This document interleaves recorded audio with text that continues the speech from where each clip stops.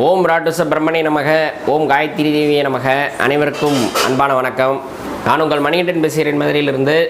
விஸ்வகர்ம ஜோதிடத்தில் இன்று நாம் பார்க்க போவது துலாம் ராசிக்கான ராகு கேது பயிற்சி பலன்கள் மற்றும் குரு பகவானுடைய பயிற்சி பலன்கள். அதாவது துலாம் ராசிக்கு அதிபதி யாருன்னு பார்த்தீங்கன்னா சுக்கர பகவான். அதாவது ஆசைகள் அதிகம் படைத்த ராசிக்காரர்கள் இந்த துலாம் ராசிக்காரர்கள். நேர்மையானவர்கள், வெட்டு ஒன்று துண்டு ரெண்டு என்று பேசக்கூடியவர்கள் இந்த துலாம் ராசிக்காரர்கள். அதாவது எந்த இடத்திலும் தன்னுடைய சுயமரியாதையை விட்டு கொடுக்காத ராசிக்காரர்கள் இந்த துலாம் ராசிக்காரர்கள். ரொம்ப கோபக்காரர்களும் கூட.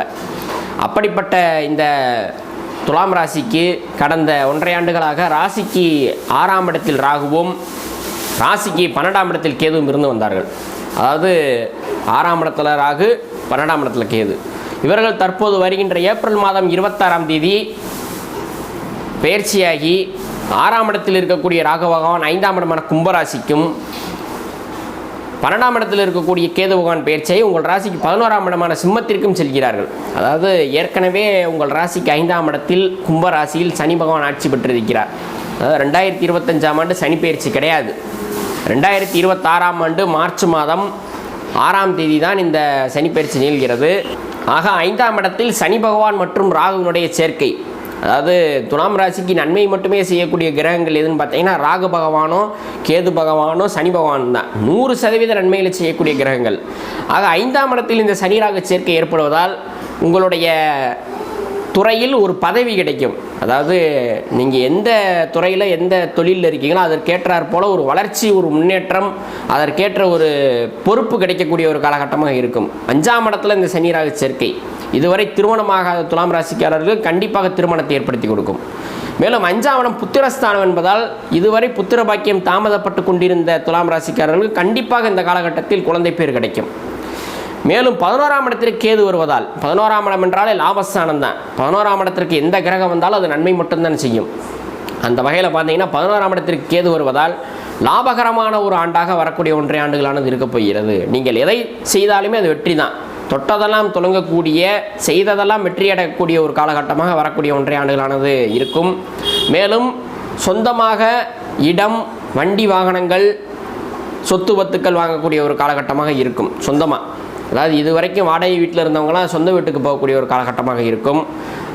வண்டியில் ஏற்பட்ட பழுதுகள், நீங்கள் வைத்திருக்கக்கூடிய வாகனத்தில் வண்டியில் இருக்கக்கூடிய பழுதுகள் அனைத்தும் சரி செய்து புதிதாக மாற்றக்கூடிய ஒரு காலகட்டமாக இருக்கும். இந்த நேரத்தில் எல்லாமே செய்வீங்க. நீங்கள் நினச்சதெல்லாம் நடக்கக்கூடிய ஒரு காலகட்டமாக இருக்கும் இந்த காலகட்டம். அதாவது வரக்கூடிய 1.5 ஆண்டுகளானது. மேலும் குரு பகவான் உங்கள் ராசிக்கு 8ஆம் இடத்தில் இருந்து வந்தார் கடந்த 1 வருடமாக. அவர் வருகின்ற மே மாதம் 11ஆம் தேதி பயிற்சியாகி 9ஆம் இடமான மிதுன ராசிக்கு செல்கிறார். அதாவது 9ஆம் இடத்துல குரு அமர்ந்து உங்கள் ராசியை பார்க்க போகிறார். இதுதான் ரொம்ப ரொம்ப விசேஷம். அதாவது குரு பார்க்க கோடி நன்மை என்று சொன்னார்கள். அதாவது துலாம் ராசிக்கு குரு பகவான் நன்மை செய்வாரா செய்ய மாட்டாரா என்பதை விட அவருடைய பார்வை உங்களுக்கு நன்மை செய்யும். எதிரியாக இருந்தாலுமே அந்த குருவினுடைய பார்வை என்பது நன்மை தான் செய்யும். அந்த வகையில் பார்த்தீங்கன்னா உங்கள் ராசிக்கு 9ஆம் இடத்தில் இருக்கக்கூடிய குரு பகவான் தன்னுடைய 5ஆம் பார்வையால் உங்கள் ராசியை பார்க்கிறார். 9ஆம் இடத்தில் இருக்கக்கூடிய குரு பகவான் தன்னுடைய 7ஆம் பார்வையால் உங்கள் ராசிக்கு 3ஆம் இடத்தை பார்க்கிறார். 9ஆம் இடத்தில் இருக்கக்கூடிய குரு பகவான் உங்கள் ராசிக்கு 5ஆம் இடத்தை பார்க்கிறார். ஏன்னா ஏற்கனவே 5ஆம் இடத்துல சனி ராகு சேர்க்கை இருக்குது. அந்த இடத்துக்கு இந்த குருவினுடைய பார்வையும் கிடைக்கிறதுனால இது ஒரு மிகச்சிறப்பான ஒரு அமைப்பு. புத்திரஸ்தானத்தை குரு பகவான் பார்ப்பதால், புத்திரக்காரகன் குரு பகவான் பார்ப்பதால் கண்டிப்பாக புத்திர பாக்கியம் கிடைக்கும். திருமணமாகாதவர்களுக்கு கண்டிப்பாக திருமணம் நடக்கும். இதுவரை தடைபட்டு வந்த அத்தனையும் நடக்கக்கூடிய ஒரு காலகட்டமாக வரக்கூடிய 1 வருடமானது இருக்க போகிறது.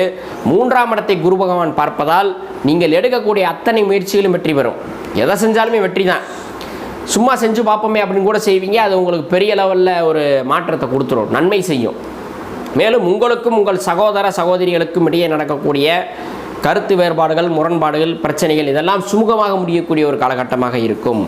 நீங்கள் எடுக்கக்கூடிய அத்தனை செயல்களுமே வெற்றி பெறும். ஏன்னா 3ஆம் இடத்தை குரு பார்க்குறார். ராசியை குரு பகவான் பார்ப்பதால் உங்களுடைய உடல்நிலை நல்ல முன்னேற்றம் அடையும். உடல்நிலை சரியில்லாமல் சின்ன சின்ன பிரச்சனைகள் இருக்கக்கூடியவர்களுக்கு அதெல்லாமே விட்டு விலகிறோம். அதாவது வந்த வழியிலே போகக்கூடிய ஒரு காலகட்டமாக இருக்கும். அப்படிப்பட்ட ஒரு சிறப்பான நேரமாக இருக்கும். ராசியை குரு பகவான் பார்ப்பதால் தனவரவு அதிகரிக்கும். பணம் நிறைய கிடைக்க போகுது இந்த காலகட்டத்தில். முடிஞ்ச வரைக்கும் உங்களுக்கு கிடைக்கக்கூடிய பணத்தில் ஒரு சிறு தொகையை பிறருக்கு உதவியாக செய்தால் அது உங்களுக்கு பல மடங்கு நன்மை செய்யும். நீங்கள் 1 மடங்கு உதவி செய்தீங்கன்னா அது 100 மடங்கு உங்களுக்கு நன்மை கிடைக்கக்கூடிய ஒரு காலகட்டமாக வரக்கூடிய 1.5 ஆண்டுகளானது இருக்கப் போகிறது. 9ஆம் இடத்தில் குரு பகவான் இருப்பதால் உங்களுடைய தந்தையினுடைய உடல்நிலை நல்ல முன்னேற்றம் அடையும். உங்கள் தந்தைக்கும் உங்களுக்கும் இடையே இருக்கக்கூடிய கருத்து வேறுபாடுகள், முரண்பாடுகள் சரியாக போகிறது. தந்தை வழி சொத்துக்கள் கிடைக்கக்கூடிய காலகட்டமாக இருக்கும். தந்தை வழி உறவுகள் உங்களிடம் அதிகமாக நட்புறவு நாடக்கூடிய ஒரு காலகட்டமாக வரக்கூடிய 1.5 ஆண்டுகளானது இருக்கப் போகிறது. மேலும் 9ஆம் இடத்தில் இந்த குரு பகவான் இருப்பதால் உங்களுடைய மதிப்பு உயரும். செல்வம், செல்வாக்கு, புகழ் அத்தனையும் உயரக்கூடிய ஒரு காலகட்டமாக வரக்கூடிய 1 வருடமானது துலாம் ராசிக்கு இருக்க போகிறது. நீங்கள் நினச்சதை நடத்துவீங்க. அப்படிப்பட்ட ஒரு காலகட்டமாக வரக்கூடிய 1 வருடம் இருக்க போகிறது துலாம் ராசிக்கு. ராகு கேது பயிற்சியும் குரு பகவானுடைய பயிற்சியும் துலாம் ராசிக்கு உங்களுடைய வாழ்க்கையில் பல மாற்றங்களை நிகழ்த்தப் போகிறது. அது அத்தனையுமே நன்மை தான்.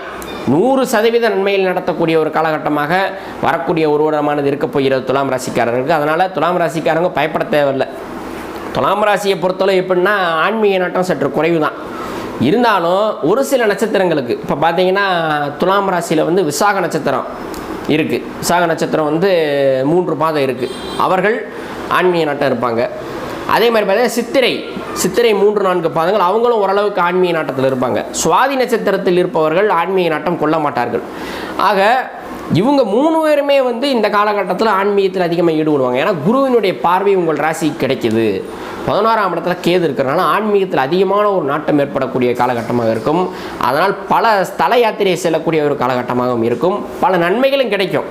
பல கோயில்களுக்கு போவீங்க, ஆன்மீக வழிபாடு செய்வீங்க, பல நன்மைகளை பெறப்போகிறீர்கள் துலாம் ராசிக்காரர்கள். மேலும் துலாம் ராசிக்காரர்கள் வெள்ளிக்கிழமைகளில் பெருமாள் வழிபாடு செய்து வந்தால் எல்லா விதமான நன்மைகளும் கிடைக்கும் என்பது 100% உண்மை. மேலும் அடுத்த ராசியான விருச்சிக ராசிக்கான பலனை நாம் அடுத்த பதிவில் பார்ப்போம் என்று சொல்லிக்கொண்டு உலக மக்கள் அனைவரும் நீடூடி சந்தோஷமாக வாழ எல்லாம் வல்ல இறைவன் ஸ்ரீ விராட் விஸ்வகர்ம பரபிரம்மத்தை வேண்டிக் கொண்டு விடைபெறுகிறேன். நன்றி, வணக்கம்.